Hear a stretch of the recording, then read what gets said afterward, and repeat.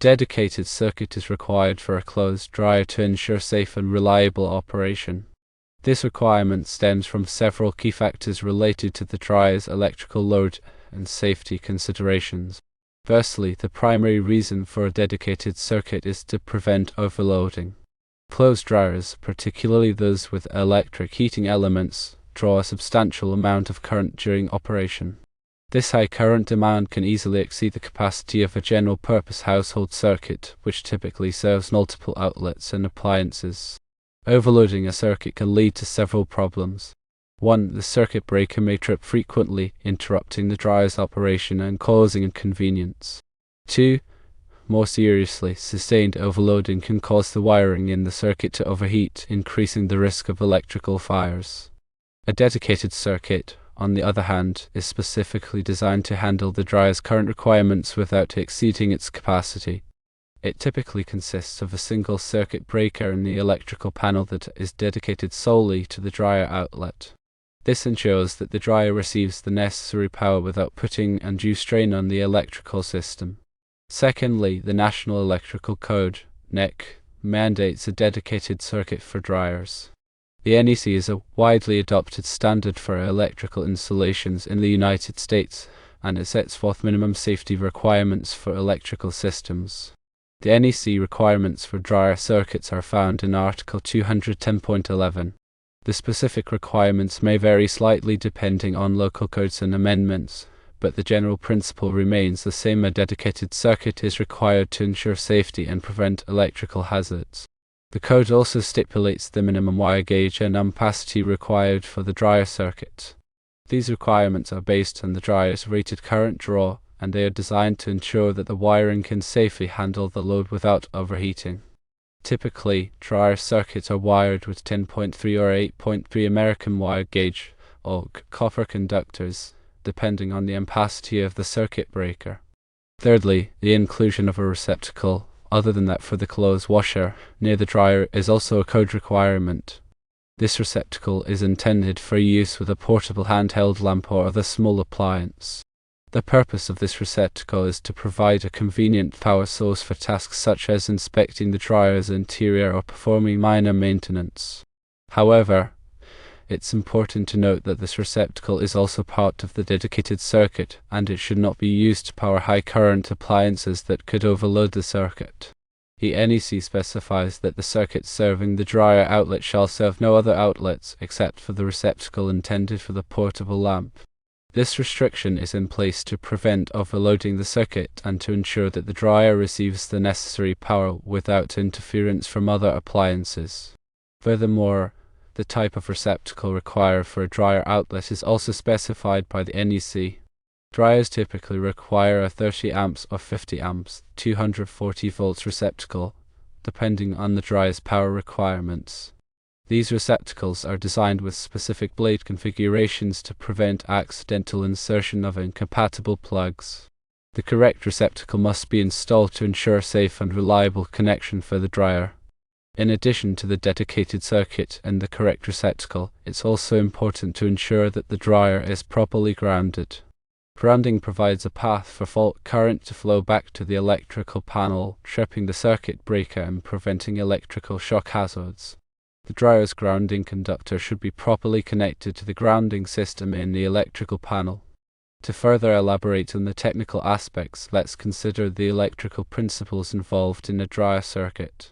Electric dryers typically operate on 240 volts alternating current AC, which is twice the voltage of a standard household outlet, which is typically 120 volts AC. This higher voltage is necessary to deliver the power required to operate the dryer's heating element, which is responsible for drying the clothes. The heating element is essentially a large resistor that converts electrical energy into heat. The amount of heat generated is proportional to the square of the current flowing through the element. Therefore, a higher voltage allows for a lower current to achieve the same amount of heat, which reduces the risk of overloading the circuit. The dryer's motor, which is responsible for tumbling the clothes, also draws a significant amount of current, although typically less than the heating element. The motor's current draw varies depending on the load, which is the amount of clothes in the dryer. A larger load requires more power to tumble, resulting in a higher current draw. The dedicated circuit for the dryer is designed to accommodate both the heating elements and the motor's current requirements, with some additional margin for safety. The circuit breaker in the electrical panel is sized to protect the wiring from overloading. The circuit breaker is a safety device that automatically trips and disconnects the circuit if the current exceeds a certain threshold. The circuit breaker's ampacity rating should be matched to the wire gauge of the circuit wiring. For example, a 30 amp circuit breaker should be used with 10.3 AWG copper wire, while a 50 amp circuit breaker should be used with 6.3 AWG copper wire. It's important to note that the NEC provides specific guidelines for calculating the load on a dryer circuit. These guidelines take into account the dryer's rated power consumption, as well as the potential for simultaneous operation of the heating element and the motor. The calculated load is used to determine the appropriate wire gauge and circuit breaker size for the dryer circuit. In addition to the electrical considerations, there are also some mechanical considerations to keep in mind when installing a dryer outlet. The outlet should be located in a convenient location near the dryer, but it should also be protected from physical damage. The outlet should be securely mounted to a wall or other suitable surface, and it should be protected from moisture and dust. The outlet should also be accessible for inspection and maintenance. When installing a dryer outlet, it's important to follow all applicable electrical codes and regulations. Improper installation can create a safety hazard and could result in electrical shock or fire. It's also important to use high-quality electrical components that are rated for the intended use. The receptacle, wiring, and circuit breaker should all be UL listed or otherwise certified by a recognized testing laboratory. To further illustrate the importance of a dedicated circuit, let's consider a scenario where a dryer is connected to a general-purpose household circuit. If the dryer's heating element and motor are both operating simultaneously, the total current draw could easily exceed the circuit's capacity. This would cause the circuit breaker to trip frequently, interrupting the dryer's operation. In addition, the overloaded circuit could cause the wiring to overheat, potentially leading to a fire. By contrast, a dedicated circuit provides a safe and reliable power source for the dryer, preventing overloading and reducing the risk of electrical hazards. The dedicated circuit ensures that the dryer receives the necessary power without interfering with other appliances in the same circuit. The receptacle is also critical. The configuration of the dryer receptacle blades ensures it is not inadvertently plugged into a 120-volt circuit. The NEC Table 220.54 dictates the load calculation requirements for household electric clothes dryers. Where there are 4 or more, the load shall be 5000 volt amps or the nameplate rating, whichever is larger, for each dryer. It is recommended to consult a qualified electrician to ensure that the dryer circuit is properly installed and meets all applicable codes and regulations. An electrician can assess the dryer's power requirements, determine the appropriate wire gauge and circuit breaker size, and install the outlet safely and correctly.